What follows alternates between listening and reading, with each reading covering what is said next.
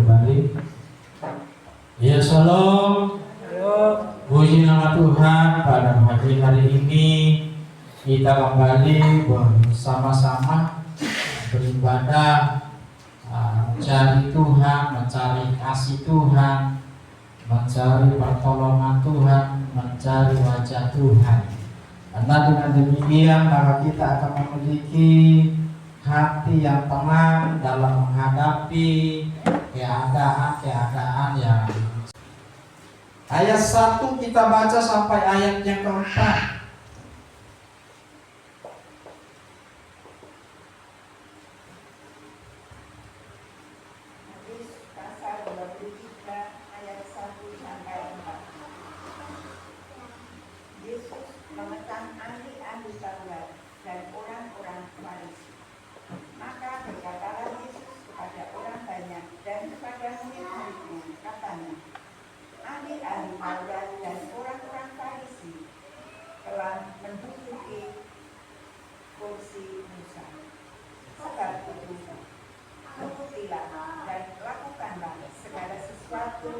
Yang mereka ajarkan kepadamu, tetapi janganlah kamu turuti perbuatan-perbuatan mereka, karena mereka mengajarkannya tetapi tidak melakukannya.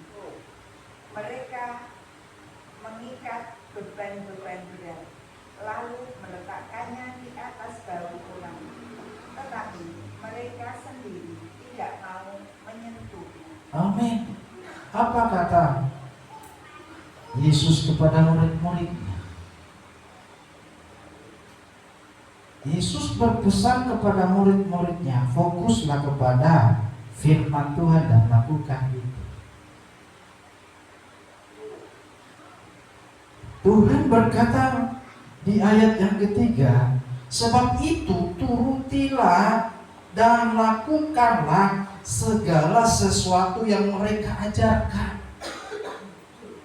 Walaupun sesungguhnya ahli-ahli Taurat orang Farisi fasih di dalam mengajar firman Allah, tetapi nol di dalam melakukan. Tuhan Yesus berpesan kepada murid-muridnya supaya murid-muridnya menuruti segala yang diajarkan. Jangan melihat orangnya. Waduh, pendetane koyongen. Tuhan gak mau jemaat umatnya seperti itu, melihat orang siapa yang menyampaikan.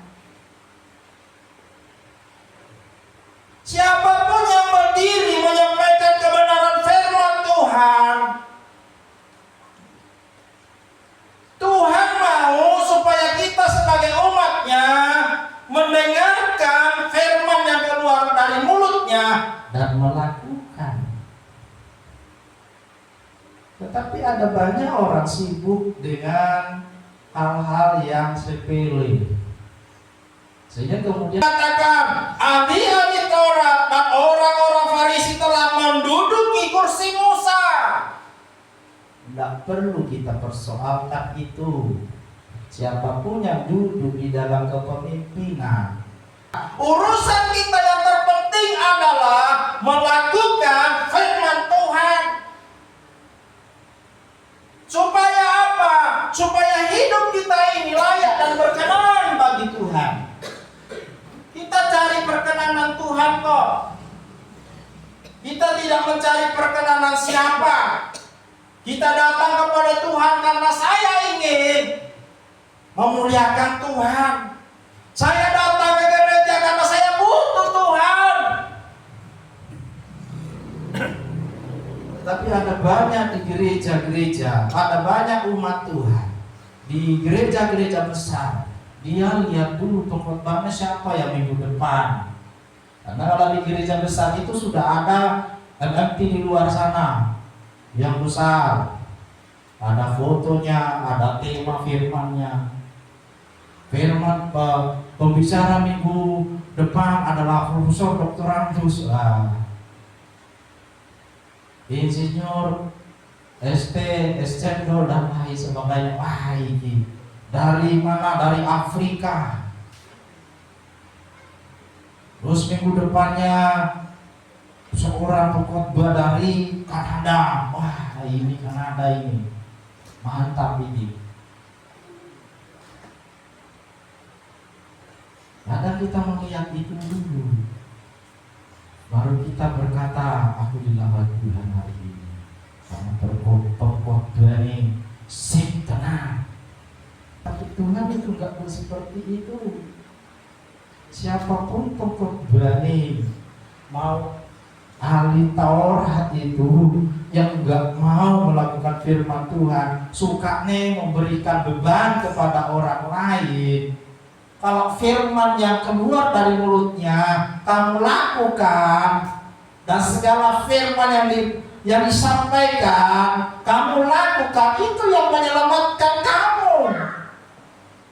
Itu yang sesungguhnya mengubahkan kamu, membawa kamu untuk bisa menjumpai Tuhan di dalam kehidupan kita. Ini penting untuk kita pahami, supaya kita punya semangat sendiri untuk selalu mau datang kepada Tuhan. Aku datang ke gereja karena saya itu butuh Tuhan. Aku datang kepada persekutuan karena aku butuh Tuhan. Siapapun yang menyampaikan, selama ia membaca firman Tuhan, aku pasti diberkati. Aku pasti diberkati. Aku pasti diberkati. Karena firman Tuhan yang disampaikan oleh siapapun itu. Mau Gatot menyampaikan firman Tuhan, mau siapa enggak usah. Bukan urusan kita menguti-uti siapa itu Gatot ya. Oh, Gatot.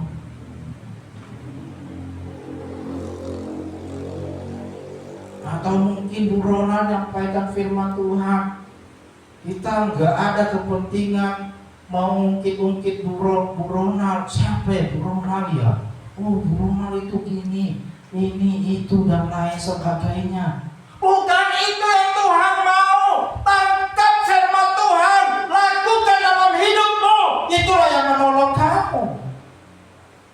Kenapa kita sibuk dengan seseorang, dengan masa lalunya? Kenapa kita terlalu mudah mengingat masa lalu orang ketimbang firman yang disampaikan? Firman Tuhan itu akan selalu tumbuh dimanapun firman itu jatuh. Tetapi masalahnya, kenapa firman Tuhan tidak berbuah? Karena tanah hati yang berbatu-batu. Karena hati kita yang gak beres di hadapan Tuhan. Itulah yang membuat firman Tuhan tidak pernah berbuah dan tidak pernah bertumbuh. Karena hati kita. Kembali kepada hati kita masing-masing. Siapapun yang menyampaikan firman Tuhan, kalau hati kita itu baik, maka firman Tuhan itu akan bertumbuh dan berbuah. Tanah gak pernah memprotes siapa petaninya yang menggarap kok. Apa ada tanah memprotes, oh saya itu kalau digarap orang minimal dia sudah pengalaman jadi petani. Apa ada?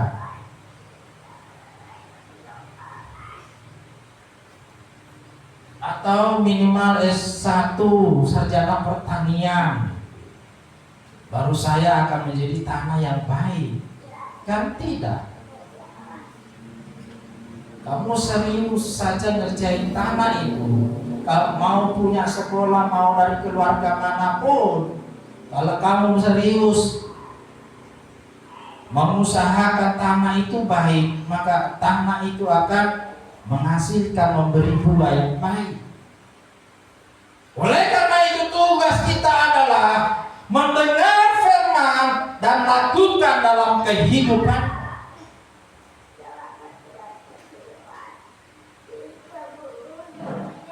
penting pesan Tuhan untuk kita semua.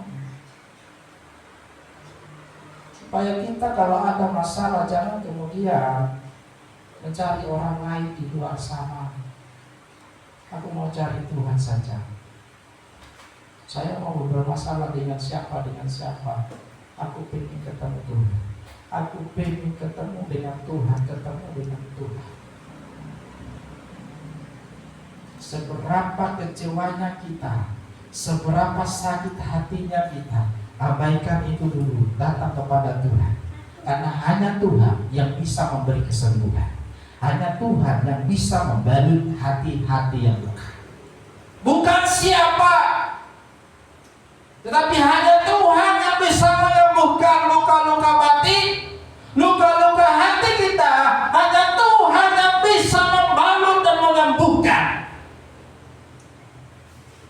Ya, kalau ada masalah kita jauh daripada Tuhan. Tidak ada pemulihan yang sempurna selain daripada Tuhan. Ini penting untuk kita pahami di dalam kehidupan kita, sehingga kita tidak seperti ahli Taurat. Mereka munafik, sehingga apa? Tuhan tidak segan-segan mengecam kepada mereka. Dikatakan celakalah engkau, hai orang-orang munafik. Kamu bisa ngajar, kamu bisa memimpin, kamu bisa ngomong, tetapi dalam prakteknya kamu nol. Dan Tuhan tak mau seperti itu.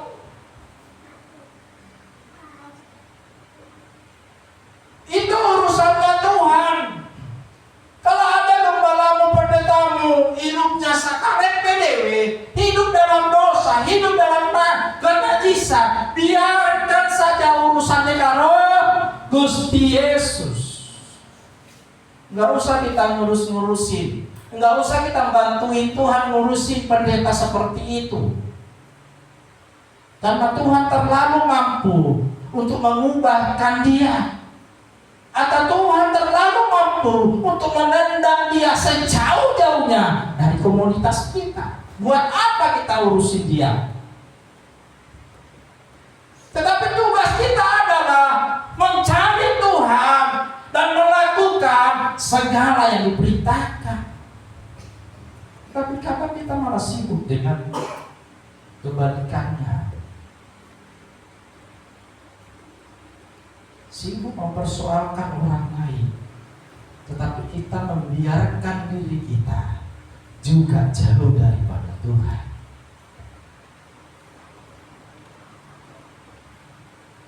Kita membiarkan diri kita kosong dan hampa, tetapi kita terlalu sibuk mengurusi orang lain dengan masalahnya.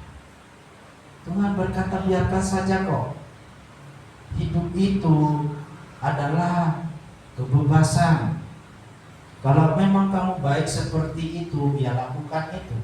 Tetapi tugas kita adalah turutilah dan lakukanlah segala yang diajarkan kepadamu. Ini penting. Sudahlah kita melakukan itu. Turuti dan segala sesuatu yang diajarkan, saudara. Kadang hati kita berkata, gimana ya Tuhan, aku tuh pengen melakukan tapi ada itu. Aku tuh pengen tuh Tuhan, tetapi Bapak itu oh itu bukan urusan kita. Itu menjadi urusannya Tuhan. Karena Tuhan itu terlalu tahu tentang situasi hidup kita saat ini maupun nanti.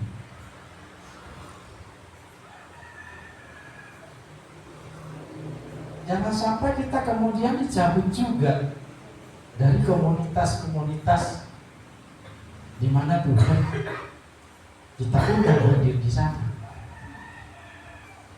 Saya cukup diberkati renungan yang saya baca beberapa hari yang lalu bahwa kenapa kok ada anak-anak Tuhan ketika ada ibadah kok selalu ada alasan, selalu kok nggak ada waktu untuk Tuhan. Dan dia berkata begini, kemungkinan orang itu Tuhan sudah mencabut dia dari komunitas itu. Kemungkinan dia waktu yang diberikan oleh Tuhan sudah tidak ada. Sehingga ketika ia berusaha, ketika ada hari Minggu, hari untuk ibadah, dia selalu tidak bisa hadir. Entah itu karena urusan yang mendadak, kepentingan yang mendadak, kok selalu tidak ada waktu untuk ibadah. Siapa yang salah? Dan pendeta itu berkata, kemungkinan besar dia sudah dicabut oleh Tuhan dari ladangnya Tuhan. Kemungkinan waktunya sudah selesai. Bukan selesai terus dia meninggal terus dipanggil naik surga, enggak. Kemungkinan waktunya sudah selesai untuk bersekutu dengan komunitas gereja. Hati-hati. Sehingga kita sudah gak ada tujuan. Saatnya ibadah kita gak ada. Kenapa? Bukan kita tidak tertarik lagi, tetapi memang nama kita sudah tidak ada di sana. Waktunya Tuhan sudah memberi dan kita tidak manfaatkan dengan baik. Sama seperti seorang pengelola kebun anggurnya Tuhan. Dia berkata, pengusaha itu berkata kepada pengelolanya, pohon ara ini cabut saja, tebang saja. Tetapi pengelola itu berkata, biarkan dulu 1 tahun saja, aku akan memupuk, aku akan mengerjakan yang lebih. Tetapi kalau 1 tahun tidak berbuah, cabut dan campakkan dia. Dicabut dari apa? Dicabut dari gereja. Dicabut dari apa? Dicabut dari komunitas. Sehingga apa? Sehingga dia seperti orang tersesat di luar sana. Mengenal kebenaran, mengerti kebenaran sudah bagi dia adalah sesuatu yang sia-sia.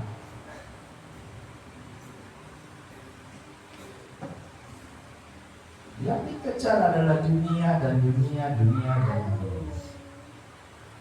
Tetapi hati kita sudah mulai hampa. Tuhan tidak mencari jumlah. Tuhan tidak pernah mencari jumlah kita berapa ikut Tuhan. Tetapi Tuhan mencari kualitas hati.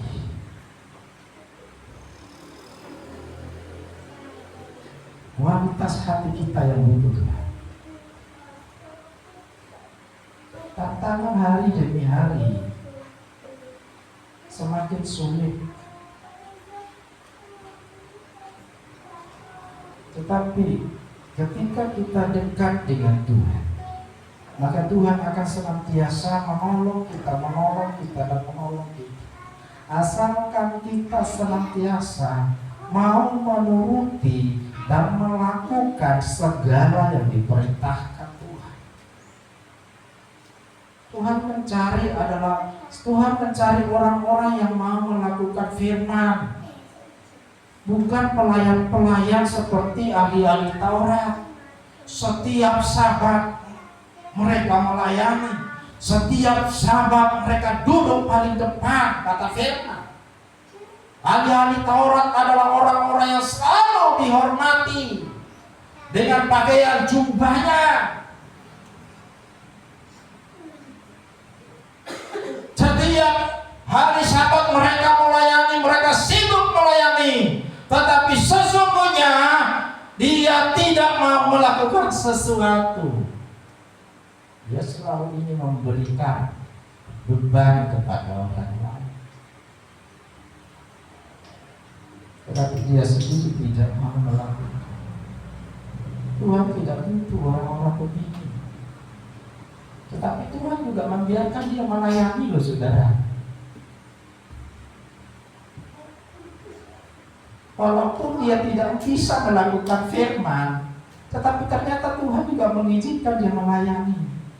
Kata firman Tuhan pada pagi hari ini, ahli-ahli Taurat, orang-orang Farisi sudah melayani, saudara.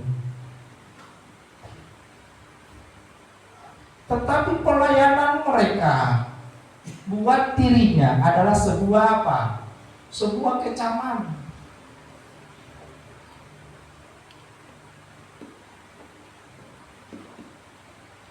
Tuhan mengecam ahli-ahli Taurat, orang-orang Farisi, bukan karena dia nggak bisa melayani, tetapi karena ia tidak bisa melakukan firman. Nah, bersyukur kita kepada Tuhan, walaupun kita terbatas di dalam melayani, banyak kekurangan di dalam melayani, tetapi Tuhan memberikan hati untuk kita dapat menuruti dan melakukan firman Tuhan itu. Jadi ukuran seseorang hidupnya berkenan kepada Tuhan bukan karena ia sudah melayani, bukan juga karena ia sudah jadi gembala sidang kayak saya mungkin. Itu bukan ukurannya. Oh, Pak Budi sudah jadi gembala sidang, pasti sudah 100% bisa melakukan. Tetapi yang Tuhan mau adalah siapapun di antara kita yang mendengar dan melakukan, itu yang Tuhan cari. Karena Tuhan itu mau kok kita lakukan itu. Tuhan punya standar untuk kita itu diselamatkan oleh Tuhan. Coba buka di dalam Matius pasal yang ke-5 ayat 20. Saya ulangi, Matius pasal yang ke-5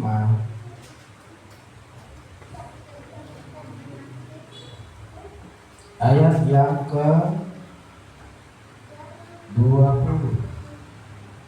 Matius pasal 5 ayat 20. Maka aku berkata kepadamu, jika hidup keagamaanmu tidak lebih benar daripada hidup keagamaan ahli-ahli Taurat dan orang-orang Farisi, sesungguhnya kamu tidak akan masuk ke dalam kerajaan surga. Amin. Ini standar yang diberikan Tuhan kepada umatnya. Standar apa? Yaitu melakukan dan menuruti firman Tuhan. Kalau dalam pelayanan apa sih yang kurang? Ahli Taurat, namanya juga ahli. Ahli itu artinya ngerti semuanya. Contohnya kedokteran, oh ahli saraf, oh dia ngerti tentang saraf, semuanya saraf apa dia tahu. Ahli kandungan, pasti ngerti tentang kandungan. Ahli apa? Jantung. Kalau jantung sakit, penyebabnya apa? Solusinya apa? Pasti ngerti kan ahli. Sama dengan ahli-ahli Taurat, namanya ahli kitab Taurat. Mereka fasih menguasai segala-galanya. Mau surat apa? Dia tahu, karena dia ahlinya. Artinya tidak diragukan lagi dalam hal firman Allah. Tetapi apa yang kurang dari mereka? Dia fasih, dia mampu mengajar, tetapi apa? Tetapi gagal di dalam melakukan. Apa yang dilakukan supaya orang lain lihat, wah Bapak mantap teman.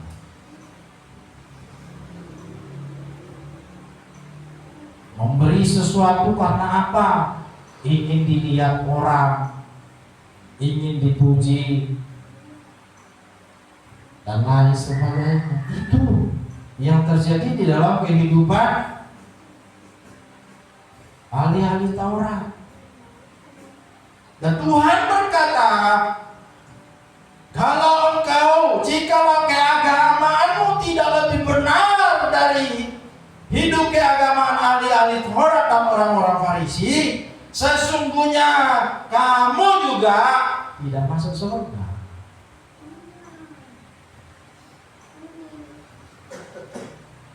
Tadi firman Tuhan mengatakan ahli-ahli Taurat, orang-orang Farisi, yang ada dalam hidupnya apa? Kedengkian, amarah, kebencian. Ketika Yesus melayani dengan kuasa, mereka itu berupaya menjebak Yesus. Itu sifat-sifat karakter orang Farisi, ahli-ahli Taurat. Ketika ada yang melayani, mereka ancam dan lain sebagainya. Pokoknya posisinya itu tidak boleh digantikan oleh siapapun di dalam ibadah, khususnya di hari-hari Sabat. Selalu ingin melayani dan terus melayani, tetapi lupa di dalam melakukan firman Tuhan itu sendiri. Ukuran Tuhan untuk setiap kita memperoleh keselamatan adalah melakukan firman Tuhan. Makanya Tuhan berkata, jika kamu direndahkan, jika kamu mendapat perlakuan tidak mengenakan, jangan kamu membalas, jangan kamu sakit hati, jangan kamu kecewa, karena sesungguhnya mata Tuhan itu tertuju ke kamu, bukan tertuju kepada orang yang merendahkan kita. Tetapi saat kita mengalami kondisi seperti itu, sesungguhnya mata Tuhan itu terarah kepada kita. Saat kita direndahkan serendah-rendahnya, saat kita dipermalukan semalu-malunya, sesungguhnya di sana tangan Tuhan akan mengangkat hidup kita. Namun kita kadang gagal di dalam memahami itu, sehingga kita selalu berupaya untuk membalas dan terus ingin membalas, mencari waktu untuk membalas. Padahal Tuhan sudah berkata pembalasan itu hakku kok. Izinkan saja Tuhan melakukan itu. Yang terpenting di dalam kehidupan kita adalah mendengar firman Tuhan dan melakukan.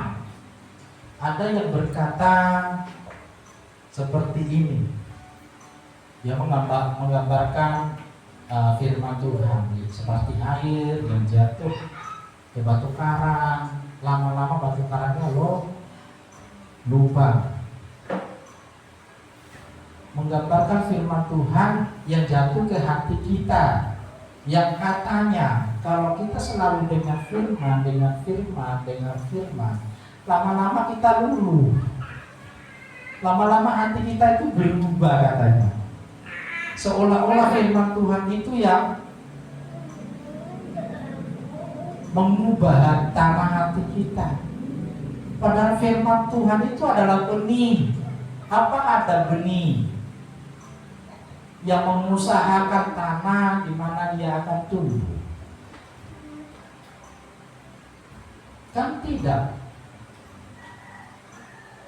Firman Tuhan itu seperti itu modelnya. Kalau jatuh, dia akan tumbuh. Di mana dia tumbuh?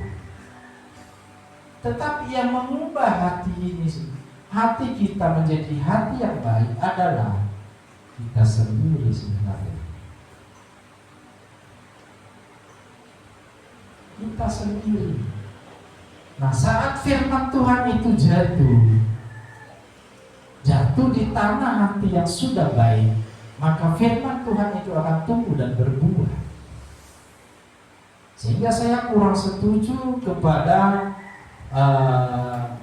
pemahaman yang saya sampaikan tadi, menggambarkan firman Tuhan seperti tetesan air yang jatuhnya di tanah, yang jatuhnya di atas batu karang, dan kemudian batu karangnya lama-lama akan Bolong.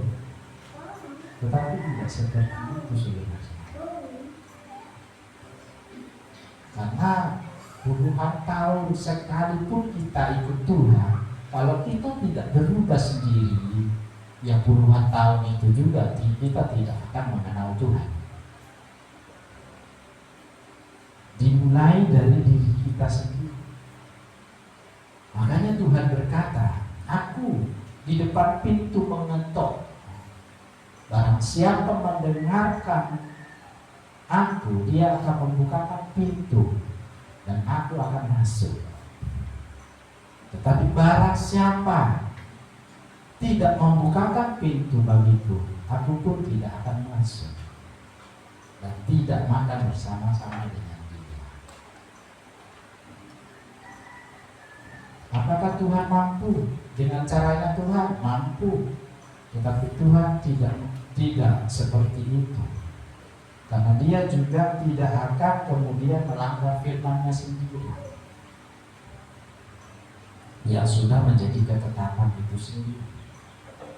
Oleh karena itu, di dalam kehidupan kita, untuk mengalami perjumpaan dengan Tuhan, jangan mau terprovokasi dengan keadaan saat itu.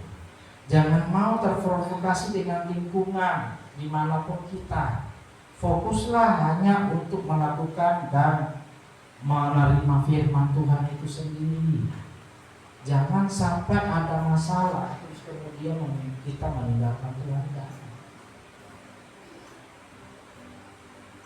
Karena memang kasih Tuhan, kasih kita kepada Tuhan itu muncul ketika apa? Ketika kita selalu bertemu lagi. Lama-lama muncul yang namanya cinta. Sama cintanya Pak Pur dulu dengan Bu Begini. Itu gara-gara sering ketemuan. Ketemu lagi.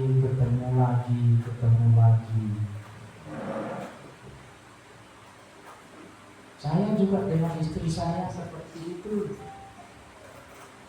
Karena sering ketemu. Karena waktu itu saya di Jogja, istri saya itu kuliah di UNY, saya kuliah di STT. Tapi ada waktu memang ketika semester 6 atau sudah semester 7, mahasiswa itu boleh pelayanan keluar. Nah ternyata di pelayanan kami itu di tempatnya istri saya itu pelayanan anak-anak muda. Nah disitulah muncul pertemuan dulu. Awalnya nggak ada cinta, istri saya juga mungkin nggak mau, nggak tertarik dengan kegantengan saya.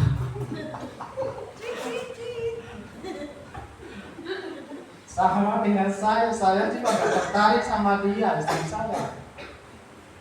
Tetapi kenapa kok kemudian muncul benih-benih cinta itu? Karena sering ketemu. Setiap minggu sekali ketemu, sering ngobrol, cerita. Istri saya lama-lama dia juga perhatian sama saya. Pernah nggak mengalami kayak gitu? Pastinya juga pernah, pasti. Jangankan saya, Pak Ronald sama Bu Ronald palingnya juga gitu. Semuanya diawali dengan itu. Awalnya nggak ada cinta. Bu Tarmi juga paling ya sama Pak Sarjono, Pak Sarjono ini. Mungkin juga gitu. Tetapi ya lama-lama sering lihat, sering ketemu, sering nyapa, akhirnya muncul benih-benih cinta. Wah.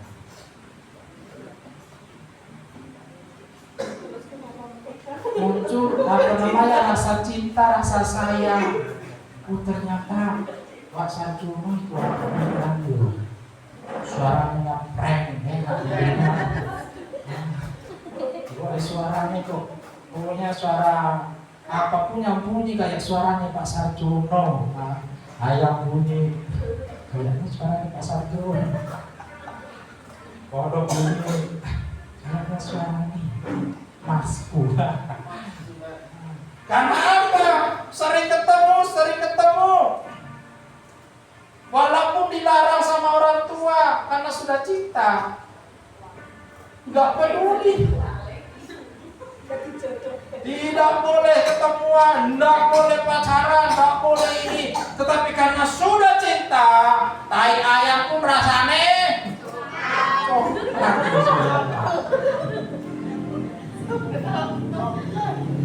mau ada hambatan ke, orang peduli.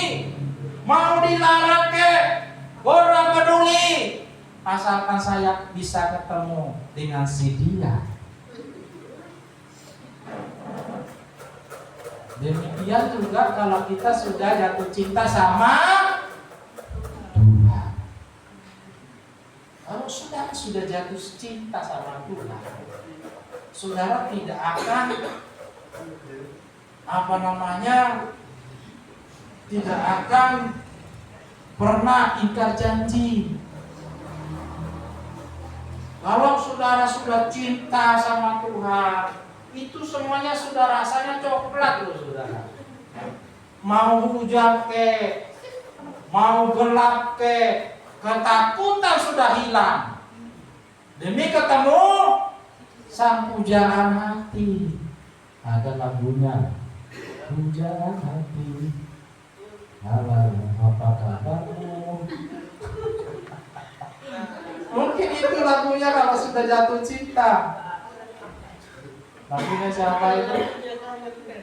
Angin ber, pujaan hati, apa kabarmu, supaya kamu baik-baik saja, pujaan hati. Nah, kalau kita sudah jatuh cinta sama Tuhan, maka kita tidak akan pernah ingkar janji tentang pertemuan kita di mana. Karena apa? Sudah jatuh cinta kok. Jangankan waktu dilarang pun kita pasti berontak. Tapi sekarang ini perlu dipertanyakan, cinta kita sama Tuhan itu udah seperti apa?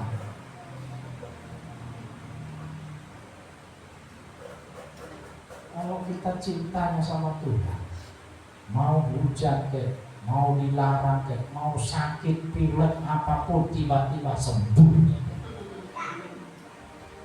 Tiba-tiba kok bisa meriahnya hilang. Tiba-tiba punya uang, saudara. Kadang saya juga mengalami seperti itu. Kadang saya telepon istri saya, karena saya kerjaan itu nggak jelas, saudara. Penghasilan nggak jelas. Kadang saya telepon istri saya, punya uang nggak? Istri saya itu langsung bilang punya. Padahal dia belum kerja, belum apa-apa, kok dari mana ya uangnya? Dia akan upayakan supaya punya uang, nggak akan pernah berkata nggak punya uang. Kenapa dia berkata punya uang? Karena dia sudah cinta. Punya waktu nggak punya. Punya ini punya. Kenapa? Karena cinta.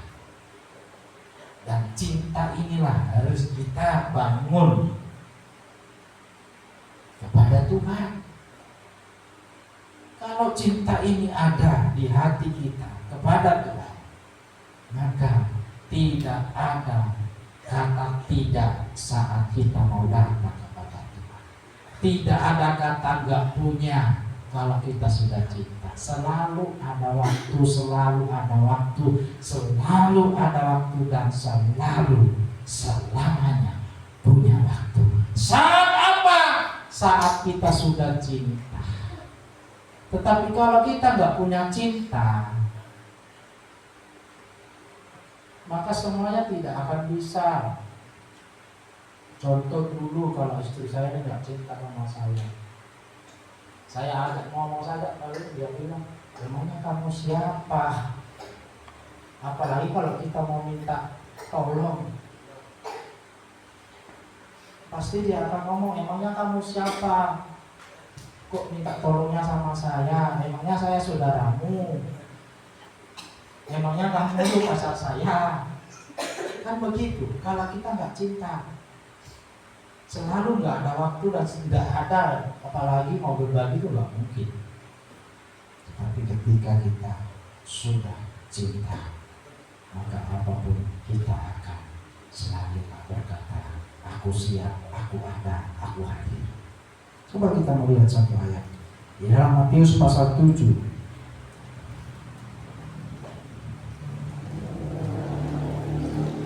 Ayat 21.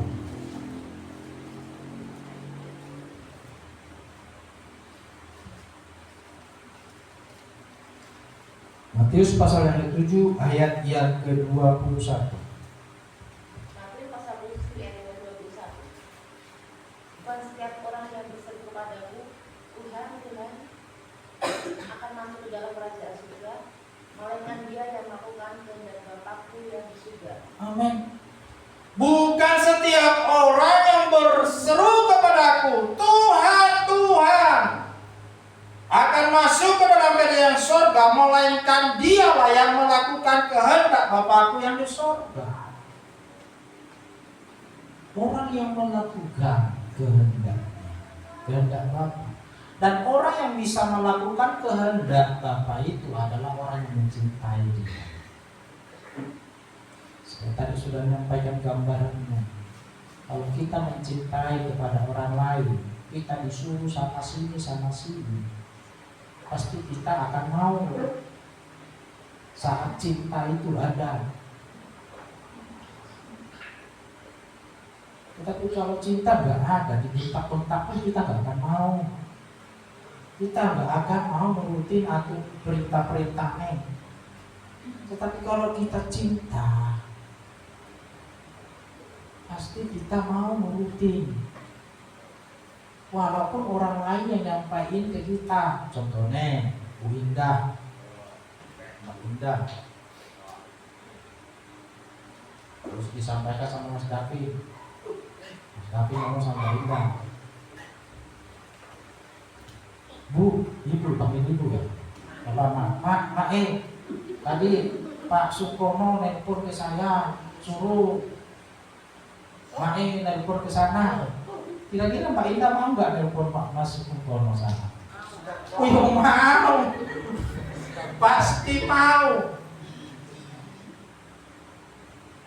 Walaupun yang menyampaikan itu orang lain, atau mungkin yang menyampaikan itu Pak Ronald atau siapa, orang yang nggak paling nggak suka sama Mbak Indah nggak suka sama orang itu. Yang menyampaikan Mbak Indah, tadi Pak Sukono nelpon ke saya, suruh nelpon ke sana. Walaupun yang menyampaikan itu Mbak Indah nggak suka orangnya, karena apa ya, kayak ahli Taurat ini. Tetapi karena cintanya sama Pak Sukono, dia mau melakukan itu. Dia nggak melihat siapa yang menyampaikan berita itu, entah itu Pak Mudike, entah itu Pak Ronald, entah itu Pak Purwadi, siapapun, dia nggak mau lihat itu. Yang penting beritanya sampai, dan itu yang saya lakukan.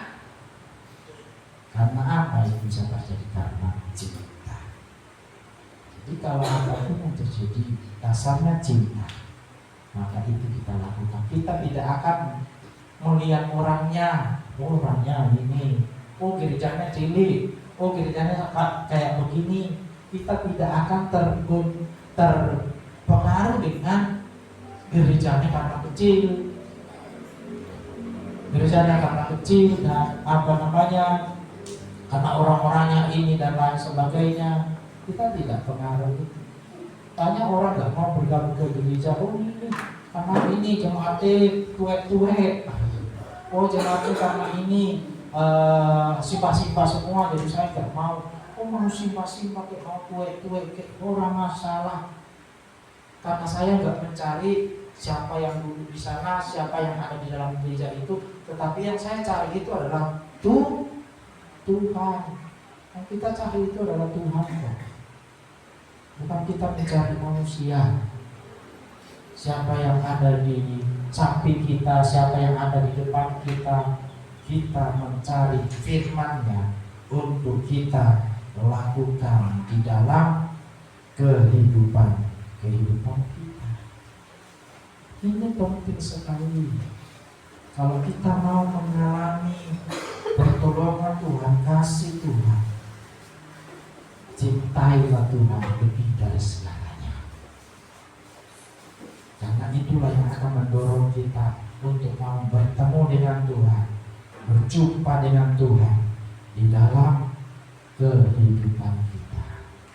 Apalagi Tuhan berjanji tentang keselamatan yang kekal dalam kehidupan kita.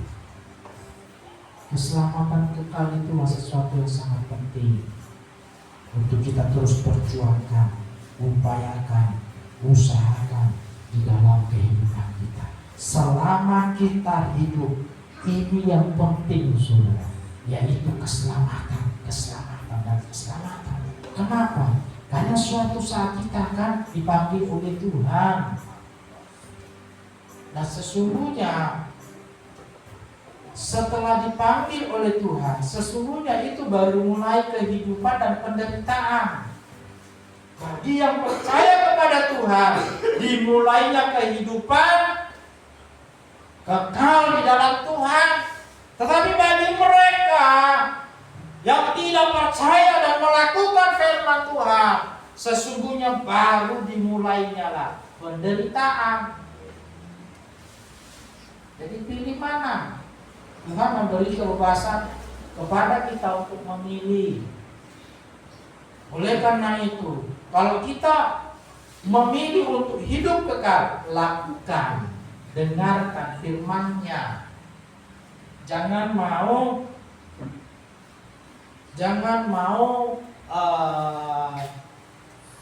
meninggalkan Tuhan karena seseorang itu bisa saja dipakai Tuhan untuk mendewasakan kita, bisa saja dipakai Tuhan untuk memproses hidup kita, bisa saja dipakai Tuhan untuk apa? Untuk kita lebih peka lagi dan lebih dekat lagi dengan Tuhan dan lebih mengandalkan Tuhan. Jadi nggak ada yang salah. Apapun Tuhan bisa pakai kok untuk mendewasakan kita. Entah itu anak kita, entah itu suami kita, entah itu pekerjaan kita, entah itu lingkungan kita, entah itu orang-orang dekat, orang jauh, orang apapun, bisa dipakai Tuhan untuk mendewasakan kita sehingga kita memperoleh keselamatan di dalam Tuhan.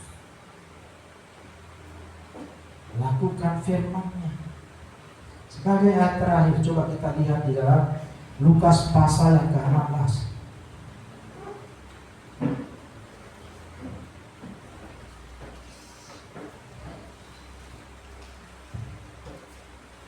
Lukas pasal yang ke-16 ayat 27 kita baca sampai ayat yang ke-31.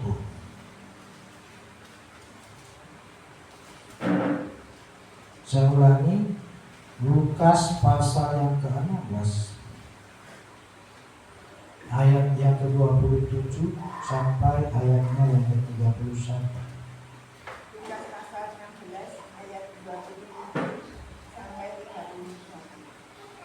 Kata orang itu, kalau demikian, aku minta kepadamu, Bapa, supaya engkau menyuruh dia ke rumah ayahku.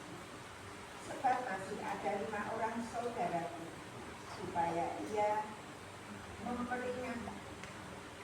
memperingati mereka dengan sungguh-sungguh, agar mereka jangan masuk ke dalam tempat penderitaan ini.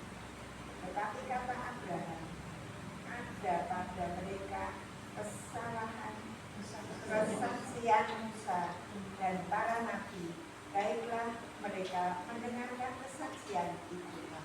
Jawab orang itu, tidak, Bapak Abraham. Tetapi jika ada seorang yang datang dari antara orang mati kepada mereka, mereka akan bertobat.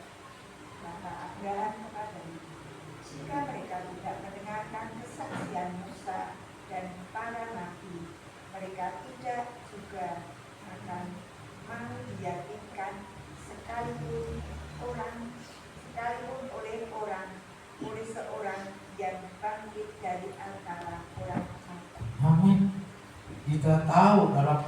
ini adalah orang kaya yang mati dan orang miskin yang mati, yang itu Lazarus. Pada waktu Lazarus mati, dia masuk dan dipangku oleh Abraham. Tetapi pada waktu orang kaya mati, kemudian masuk di dalam siksaan. Dan di sini kita melihat bahwa ternyata setelah kematian masih bisa berkomunikasi, dan kita masih mengenal siapa yang pernah kita kenal, yang pernah kita bersama dengan kita di bumi. Dan pada waktu itu orang kaya ini meminta supaya Lazarus itu kembali ke bumi, mengingatkan kepada saudara-saudaranya supaya mereka berubah dan bertobat, karena semuanya seperti orang yang sudah mati ini, orang kaya ini. Mereka sombong, suka ngatur-ngatur. Nah ini orang kaya ini selama hidupnya suka ngatur ya mati pun ya suka ngatur, saudara. Bayangkan Abraham saja dia atur. Oh Abraham, suruhlah Lazarus itu. Suka nyuruh orang, suka nyuruh orang, suka perintah orang. Dan ternyata itu kebawa, saudara. Sampai mati pun dia kebawa, suka nyuruh orang karena kesombongannya. Karena ia orang kaya, seolah-olah di mana saja bisa ngatur-ngatur orang, perintah orang. Sampai mati pun Abraham pun diperintah, suruhlah Lazarus itu ke bumi. Soalnya saudaraku di sana masih ada yang hidup 5 orang masih dan punya tabiat karakter kayak saya ini. Supaya kalau Lazarus ke sana dia akan bertobat. Dan dia tidak masuk sini. Apa kata Abraham?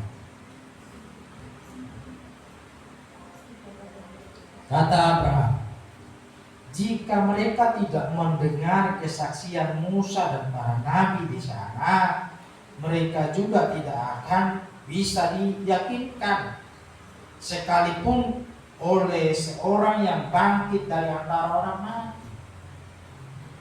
Dia tidak akan menerima. Di sana ada kitab Perjanjian Lama, ada kitab Perjanjian Baru. Di sana juga ada hamba-hamba Tuhan. Nah, kalau dia dengar itu dan melakukan itu, dia pasti selamat kok. Makanya sering saya katakan kenapa kita nggak mendoakan orang mati masuk surga, orang yang sudah meninggal masuk surga. Karena apa? Dia yang sebenarnya sedang di sana mendoakan kita masuk surga. Sama dengan orang kaya ini yang sudah mati. Dia berdoa sama Abraham, suruhlah Lazarus itu ke bumi supaya saudaraku bertobat. Jadi sebenarnya yang sudah meninggal dulu, yang telah meninggal, yang telah dipanggil oleh Tuhan, sesungguhnya dialah yang bersyafaat di sana, mendoakan kita yang masih hidup. Sekalipun dia masuk neraka, sekalipun dia saat ini di neraka karena nggak percaya Tuhan, contohnya selama hidupnya nggak percaya sama Tuhan, nggak menerima Yesus, nggak melakukan firman, sekalipun dia di sana di neraka, dia tetap berdoa supaya kita yang masih hidup ini masuk surga. Kita percaya bahwa orang yang hidup di dalam Tuhan itu masuk surga. Jadi keyakinan itu saat kita di bumi. Lewat apa? Kontrolnya apa kita masuk surga? Kontrolnya hidup kita melakukan kebenaran firman Tuhan. Kita bisa kontrol kok. Kita bisa yakin selamat lewat apa? Lewat kita melakukan firman Tuhan, mendengarkan dan melakukan firman. Jadi ini memang dibalik banyak orang percaya, Orang yang sudah dipanggil Tuhan masih berdoa, dia katanya masuk surga. Lu tidak seperti itu. Orang Kristen mati masuk surga, yakin nggak? Yakin. Setiap kita yang dipanggil oleh Tuhan yakin masuk surga. Nah, kalau ada pemahaman orang yang sudah meninggal kita doakan masuk surga, oh dia yang ngerti, oh dia tinggalnya gimana, kita tuh nggak ngerti. Dia yang sudah paham masuk surga karena dia sudah ke sana. Nah, kita ini yang di bumi ini yang saat ini sedang didoakan oleh sedulur-sedulur kita di sana. Bersyukurlah kalau ada sedulurnya sudah dipanggil Tuhan. Bersyukurlah kalau ada bapak ibunya sudah dipanggil oleh Tuhan. Dialah yang meminta di sana, supaya kita yang sekarang ini bisa selamat. Oleh karena itu tugas kita adalah di bumi ini saling mendoakan. Saya mendoakan bapak ibu mendoakan saya. Yang sudah dipanggil Tuhan, kita percaya dan sangat yakin Tuhan menerima dia. Tuhan telah memberi dia mahkota kehidupan. Sama halnya hari ini kita memperingati 2 tahun ibu istri tercinta Pak Gito telah bersama Tuhan di surga. Dan kita juga berdoa bersama buat Pak Gito tetap sehat, tetap setia dengan Tuhan, sehingga kembali berjumpa dengan ibu di tempat yang sama, di mana di dalam kerajaan surga. Dan kita berkata kita beribadah tidak sia-sia. Apa yang kita lakukan, apa yang kita lakukan, selama itu mencari dan menyenangkan hati Tuhan, suatu saat orang yang kita cintai, orang yang kita rindukan, orang yang telah pergi terlebih dahulu akan dipertemukan kita kembali.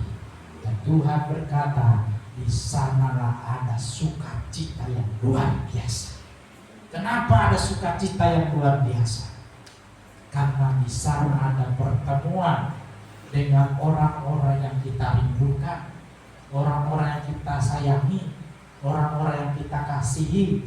Disitulah ada perjumpaan, disitulah ada sukacita, disitulah ada kegembiraan yang belum pernah kita alami di bumi, tetapi nantinya kita alami setelah kita pulang ke rumah Bapa.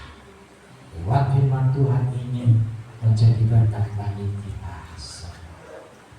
Kita tundukkan kepala kita. Bapa, terima kasih Tuhan Yesus buat firman-Mu yang telah kami dengar. Biarlah firman-Mu Tuhan mengakar kuat di hati kami. Firman-Mu Tuhan mengambil tempat di hati kami, bertumbuh dan memberi buah. Terima kasih Tuhan Yesus. Hamba berhenti berbicara. Roh Kudus Tuhan senantiasa berbicara di hati kami, menolong, memberkati kami. Terima kasih Tuhan. Secara khusus Tuhan kami berdoa hari ini, hari yang baik yang Tuhan beri. Dalam nama Tuhan Yesus Kristus, Allah berdoa. Amin. Sebelum kita berdoa secara khusus